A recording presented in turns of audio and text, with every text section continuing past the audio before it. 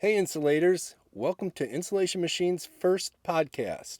As we travel around the country, we talk to a lot of insulators who have wisdom and experience they can share. We're excited to bring some of these conversations to you via this podcast. As of right now, we're aiming to do one podcast every other month. A couple of years ago, we sat down with the Attic Queen, Jessica Azarelo, and Dave Krendl, co-owner of Cool Machines. We discussed our backgrounds in the industry and talked about the importance of getting all of the education you can get as an insulation contractor. I'm Barry with InsulationMachines.net. This is Jessica Azarelo with Attic Queen and Dave Krendl with Cool Machines. I'm so excited to be here this morning with Dave and Jessica. I have over 40 years of experience in the insulation field. I've been loading hoppers since I was 11 years old, big old Vancos that were made actually in Van Wert, Ohio, and where Cool Machines is now located. I've got a lot of experience with the cellulose and the fiberglass, dense packing, and a lot of that. And now we're traveling around the country and training crews on all of those things, as well as the wall spray, cellulose and wall spray fiberglass, and extractions. Dave, tell us a little bit about your background. Well, I started in working as an indentured servant for the family at 7 years old, working at the Krendl machine factory. I'm the second oldest of 11 children, and so we all kind of worked there and cut our teeth on equipment as we grew up. Right out of my major in college, I got a bachelor's in industrial technology, and then I went on to become an industrial arts teacher and so forth. And then in 1986, I moved back to the Krendl Machine Company and ran the company for about 18 years, designing their equipment, and that was my background. In 2002, I left the company to start my own business called Cool Machines. So we've been in business about, do the math here, maybe almost 20 years. I know our reputation has been built on innovation. We have designed equipment for some aerospace companies. We've designed it for the road fiber industry. When it comes to fibers, we create the innovative devices for it and apply a lot of that technology back into the insulation industry. And I'm not an original thinker, I'll tell you that. I get my ideas and improve our products from people like Jessica and Barry talking to the customers in the field. They're always coming back and say, hey, have you tried this? Have you done that? I literally talk to probably 50 contractors a week, trying to keep me up to where we need to be and so forth. So it's a group effort with a lot of different people.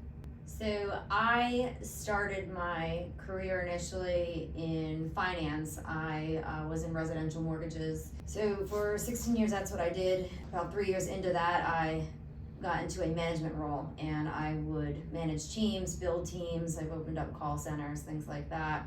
I grew up north and moved to Florida about 4 years ago. I had several things that had happened to me personally, health related, which were very devastating, and I feel like when those things had happened to me, I really lost myself inside, and that's when I stopped really being as passionate as I was about my previous career. A year after moving to Florida, I ended up meeting a life coach who made me realize nothing was more important than health and happiness, and I literally quit my six-figure job behind a desk. Took me about 6 months to really, I did a lot of soul searching and working with my life coach, and figured out my purpose was to help people. I was coincidentally recruited by one of the top insulation companies in this area, worked for them for about a year, and it was a lot. I started in the office, and then there would be certain tasks that would come along. Oh, hey, the guys forgot to bring this on the truck, can you go run it? I'll pay you extra money. Can you go help them out on this job? I need somebody to fill the hopper. Then I remember my first extraction, I was like obsessed with it. I'm like, this is really great. I'm getting paid to exercise and clean out the attic. So I slowly over a year learned all the aspects. I eventually went into sales, but I took my first formalized training after a year, and I took that time to learn as much as I possibly could, and 4 months later I opened up Attic Queen. I already had experience managing people. I just continued to learn every single day and used my my videos and content that I had that I would get in attics, and I pretty much would just educate people on, hey, this is what I saw in this attic, and teach them, and people are like, oh, well, I wonder what's going on in my attic, and I kind of just grew from there. Over the last year, I became a building analyst, building envelope specialist, blower door certification, went and got my mold remediation. So anything I've ever done in life, I've always had to be the best, whether it was in sports or, you know, I wanted to be #1 in the country when I worked at Wells Fargo, and, you know, whatever it was, I accomplished it. So when I made the decision that this was going to be the industry for me, I knew I had to be the best. I'm at a disadvantage because I've only been in it for about 2.5 years. You know, I have a lot to learn. You know, I didn't really know a lot about construction. You know, a lot of people that find themselves in this industry have a background of doing construction, and I don't. So I'm a little bit behind the 8 ball, but I work very hard and I want to be the best, and I really want to help people. 400 million people Googled, "Is my house making me sick?" So I solved that problem. I'm a superhero, and that's what keeps me going every single day. I have a team that we're all bought into that we're making a difference in this world. So Jessica, that's excellent. You pointed out the fact that you have gone ahead and learned more and more and more. You got this certification, that certification, that certification. Growing up, this stuff didn't really exist. Right. I mean, it was just to fill my attic up to this R value and run out the door. As a contractor, there's a lot of value in keeping that education in front of you.